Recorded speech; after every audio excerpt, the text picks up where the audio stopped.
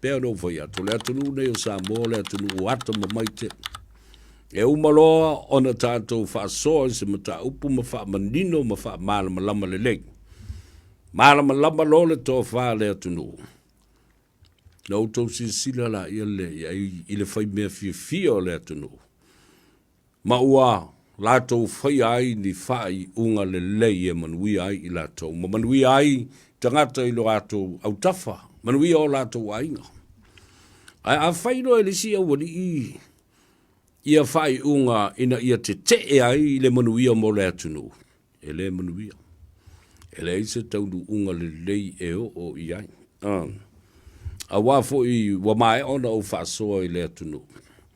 E fiu tangata e tala noa ma whaasoa po o le tua ngai, po o le tu fo i ale malo, po o ai lava e o i momori le savali. A le mawhai. Ono tau mi lo sia langona o tangata o loo tutu masau whawhai ile ele. Ma whaalongo longo atu i a te outou. Ma outou whinaunga i e whainei. Po o le a lava. Pe tau whaaleanga. Pe tau te. Pe tau mawhai e toso se mata upo e manuia ai Samoa. E o mai le taimi e le to e amana i ai e tangata ni vaenga wha upu whai. Ai lātou te a, e amana ia tangata e o mai, mō lātou lima ma fola. E fola atu i le atunu o manuia ia i. So what I'm saying, when you failed to convince the mindset of the voters, you will never get anywhere. You know, e mi milo lo tangata, o e lango le mea lea. E tali tonu lo tangata, o e lango le mea lea. E fiu la wali i e tala no i lunga upega ta whailangi, ma lau le whaavale o le malo, ma le pale mia, ma le leanga o tu la fono lo whaianei. E le sui ai se mea se i vanga nā o outou i loa sui la ngona o tangata ia o lo o tutu i le ele a oi tangata ia. O tangata lau tele o le atunu o tangata pālota la tau te whaia le unga o oe. Ioi, pe toi whawhainga wenga oe, mai fwoi mai le pāle mene. Pe tuli oe. Kick you out. Sack you. Asea. Ko over kaukara so o leo mai. I te todo o le parliament. Ma le tau whaaleanga. Ma le whau leanga. Ma tau mawhai e tā ofi. Ia whaaburianga mō le atunu. Ai le whaia so tute. So there you go. When you failed miserably to convince the mindset of the voter, these are the most important people that will make the decision for you whether to hire you or sack you. It does not matter which political party and the political spectrum that you belong to. Me kana dise o cameraman sa o lea. Ele ya sa ngal ka kombe e fai pa ka ko leo. Fa kari kongu ka ngaka. Ai lai pa u ye le be pa auto fire ina. Ma outou malolo. Ai tau te letali aina. O outou. Ioe. Outou le iloa boboli le savali. E manuia ai le atunu. Ma suinga maali e ai la ngona o tangata. Whapena le whainga. O sia tātou wambi o pēr whai mo tātou o le asui le malo. A le ana whai nei lua whelus fultas. Toi whai nei foi le lua whelus fulmalima. Toi whai le tele o whai ngā pālota la iti. 2 general elections and so many, almost 20 by-elections. It didn't change the narrative. It remained the same that people would prefer La Ulia de Maria Toa to be given a second chance to be the Prime Minister, the elected, selected, and chosen Prime Minister of the independent state of Samoa. Longo o kamai e le la unga whiwhi au le whai. Ngā, e tanga te tali e tutusa o lātou mawhau ma le mea leo tala noa tuai. A o isi la tangata, o le makua ngifokuri mangu e ngāri a kaua makua whi i ka pe o me o luko whi ai vo i, ia sau pe kusaka kau whi ai. Sau pe kusaka kau whi ai. Ia le nā, tala mali o le swanga o le vātele a se i momori pēr le sa vali. Ioi, malasalefu e utu moe, ina ia ulu fale, mano fale ia sa tu ia maa, ia se vai vainga. E ta oto atu i o autafa, e liu ia i le whato whala inga, ma le whautanga. Ia le nala ia. E le vavai atu, ana nafi a mata bai lava le whai ungo leva yasu. Ina ua langona ia le tala ua ave le matangi ma mai moa ma sila sa moa i le tūlanga ua li liu iai le toa wha le malo. I le mata upu le sili ona i li tata iai ma whiita iai le awari ia sa se ei tutonu. O le executive board ale lakapi sa moa. Nala. Ia, an mea nai malosi o tau leo susta. Tau le whalongo le mai a te.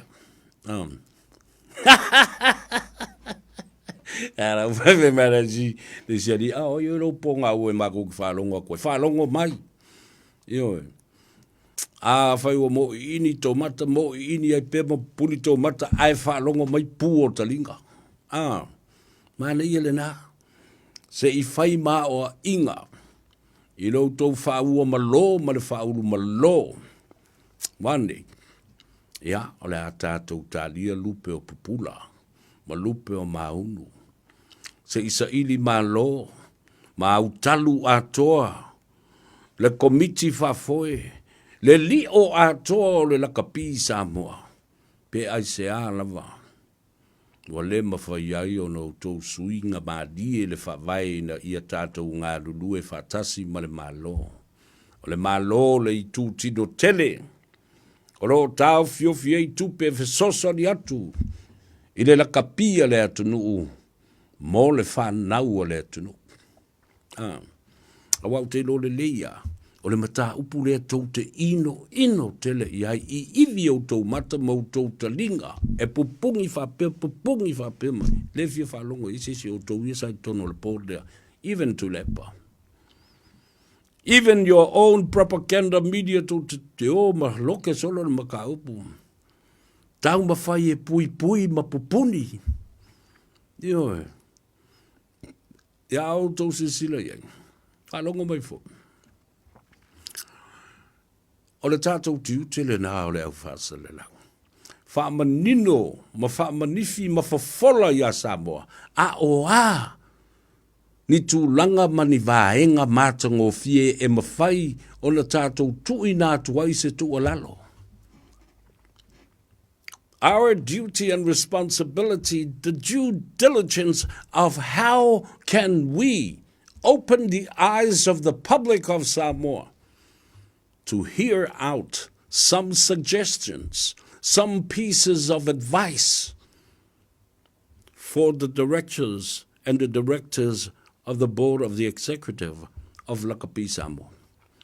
Nisi mea o iai lo tātou mālamalama.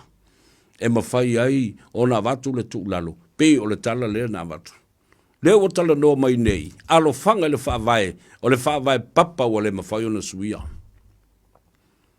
Oina whaia, o tātou ma outou, ai mai sa outou ia le hrpp o outou sei mai ma tō mai le template o le whaavai o le sailinga, o teitai o le hrpp, e au mai e whao ngā, e whai ai le sailinga o teitai, o to tonu o le whono, whaavai o le lakapi Samoa. Nāne me le titilo atu iai. E wawai atu, pei se whaavai fo lele ina ia tu uoti, Tofinga o tangata ia tonui. Oka, ta ino e. Ala foi la le na. E faiatu lofa mai langa le whawai ua pasia mai le IRP, wailoa le IRP, World Rugby, le whawai, ai le iloa. O le mea e mawhai o na whai. It is simple as it is. The Constitution we can change to allow beautiful things to happen.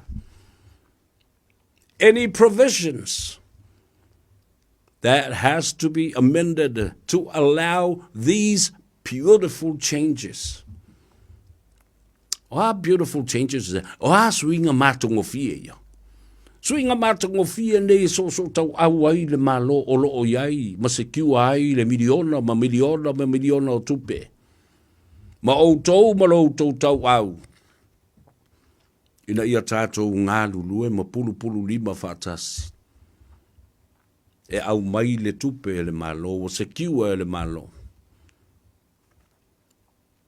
E le ngata le tupe le la mai nei Australia, o le tupe mai le IRB. Ai a mea na whai e Samoa. Ma le malo le nawa i tau. Tō mai le tupe le UTOS, tō mai le tupe le SIFA. Ana whai a wa mātiti watele, au mai se tupe a tangata lautele.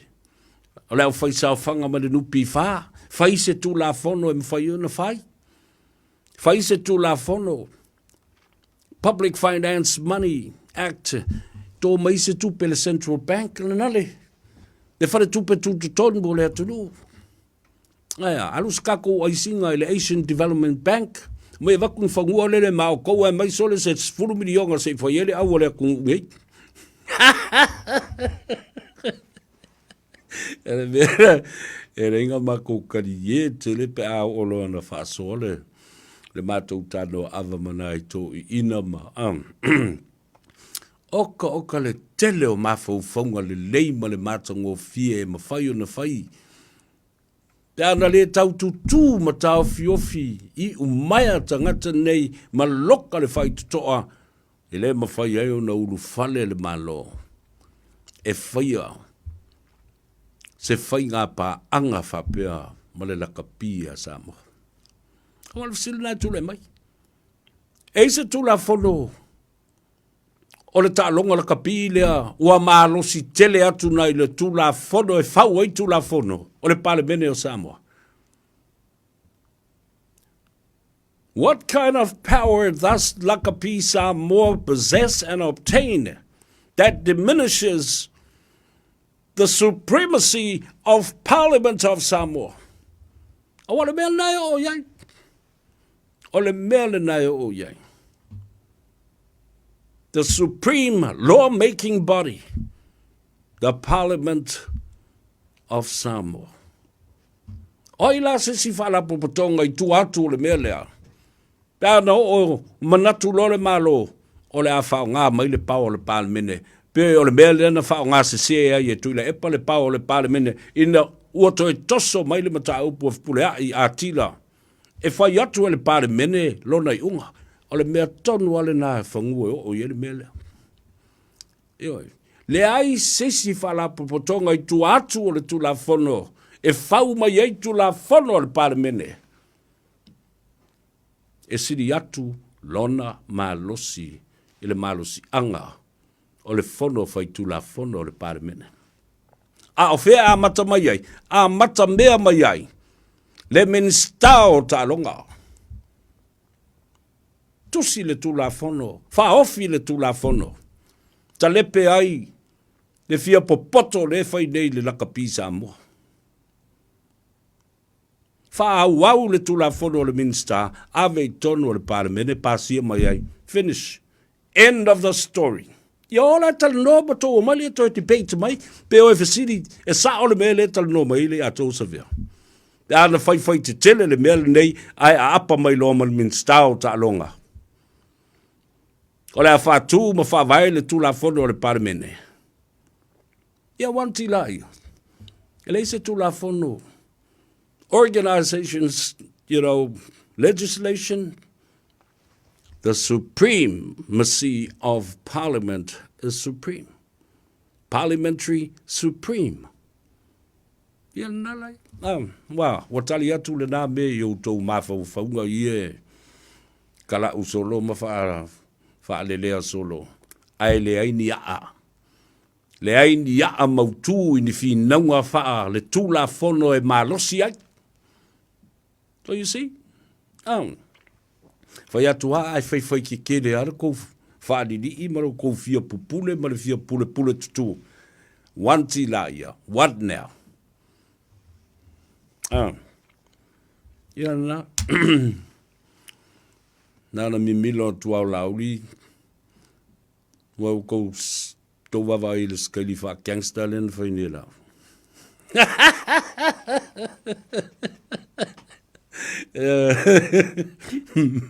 Ea wātua le vionga re ri palmi. Ea wā, o le ori si ori i le whai mai e kuori i palmi. Ea toa ngā winga lai. Nā mionga la lea. O outou whāta maiti. And he wanted to treat the Prime Minister as a child. The Prime Minister turned around and treat you all as children yourselves. Ai whai mai al ta mā. Go, over pisa. Lea i whai me le la whai.